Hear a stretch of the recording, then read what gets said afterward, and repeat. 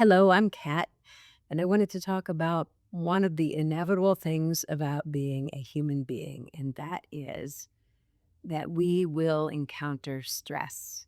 And when we do, a lot of times it gets stuck in our bodies and we start to disconnect from what it feels like to be totally relaxed. So, I want to introduce you to one of my favorite objects when it comes to doing a deeper yoga practice. I call it a peanut. And all this is two tennis balls in a tube sock so that the tennis balls are stuck together. And this tool helps lots and lots of people. So easy to make at home. I recommend you get one. If you don't have one and you still want to follow this practice, you can just grab a tennis ball or something else. Even a folded up towel will help. Um, but I want to also say that whenever you start to work with this device, you're going to find some spots that are quite unpleasant. And the reason we want to dig into those spots, of course, gently and mindfully, is because that's where our stuck stress is. So I'm going to do some work with the shoulders today. And if you want to follow along, great.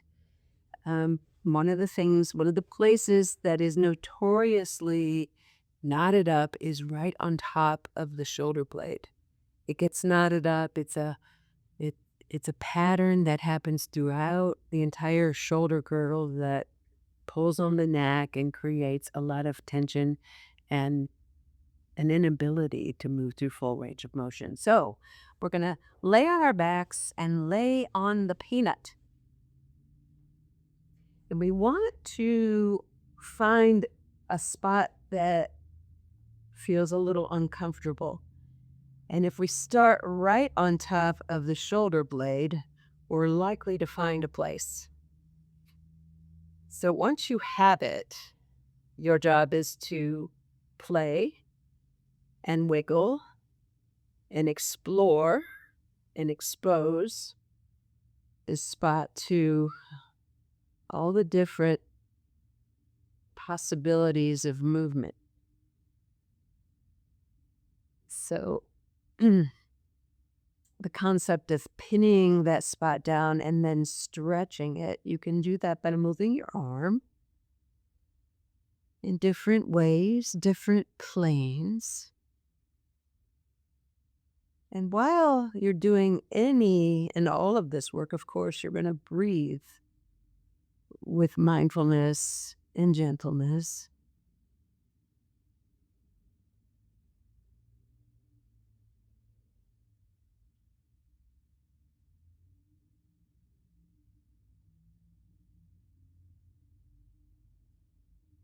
And approach this with curiosity, with tenderness. There's no reason to jam or create an environment where you're more stressed out. So these spots can be quite tender and we don't want to dive into them too much.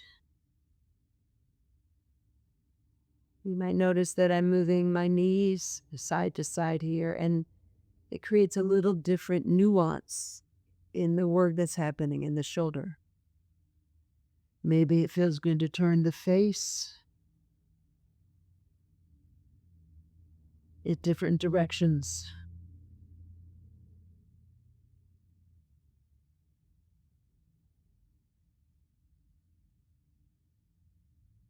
And also notice how the breath helps to create a deeper exploration.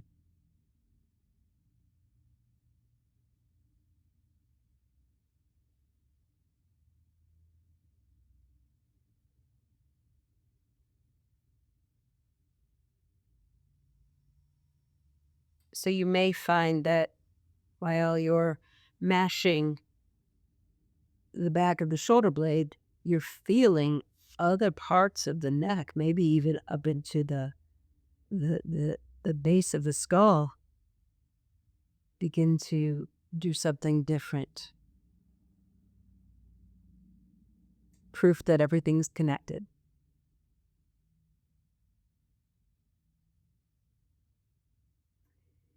When you're doing this work, there's no need to rush. In fact, if you just brush over it, you're going to get what you get. Not enough, right? Like not a deep release of these spots that are knotted up called trigger points.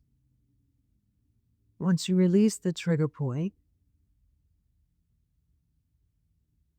and you have pain-free movement and full range of motion, it has a tendency to stay open, which is lovely.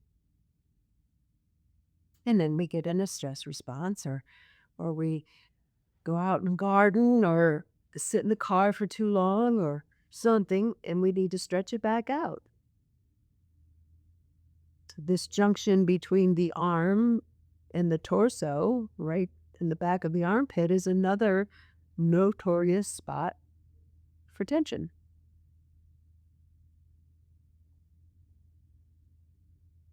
So as we breathe, as we feel,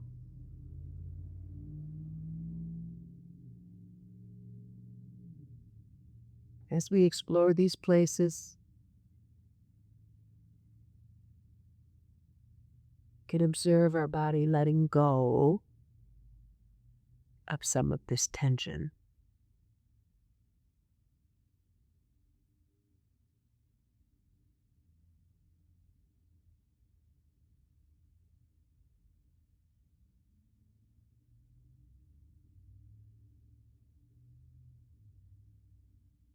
When I lead a full class or a retreat, we go through the body, especially in a long weekend retreat.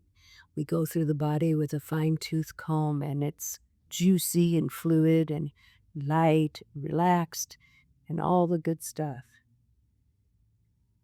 But for the purposes of this particular practice, I'm going to leave you with your own practice.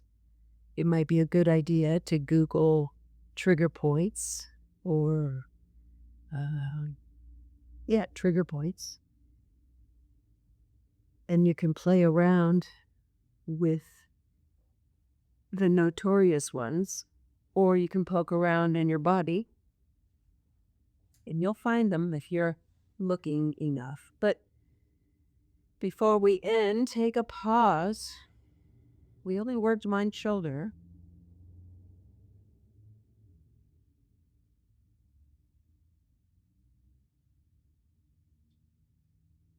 Take just a few moments to settle and notice how the shoulder you just worked has a sense of deeper surrender and deeper relaxation.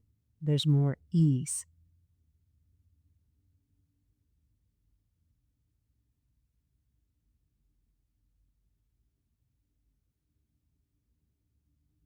I hope this practice was enlightening and helpful.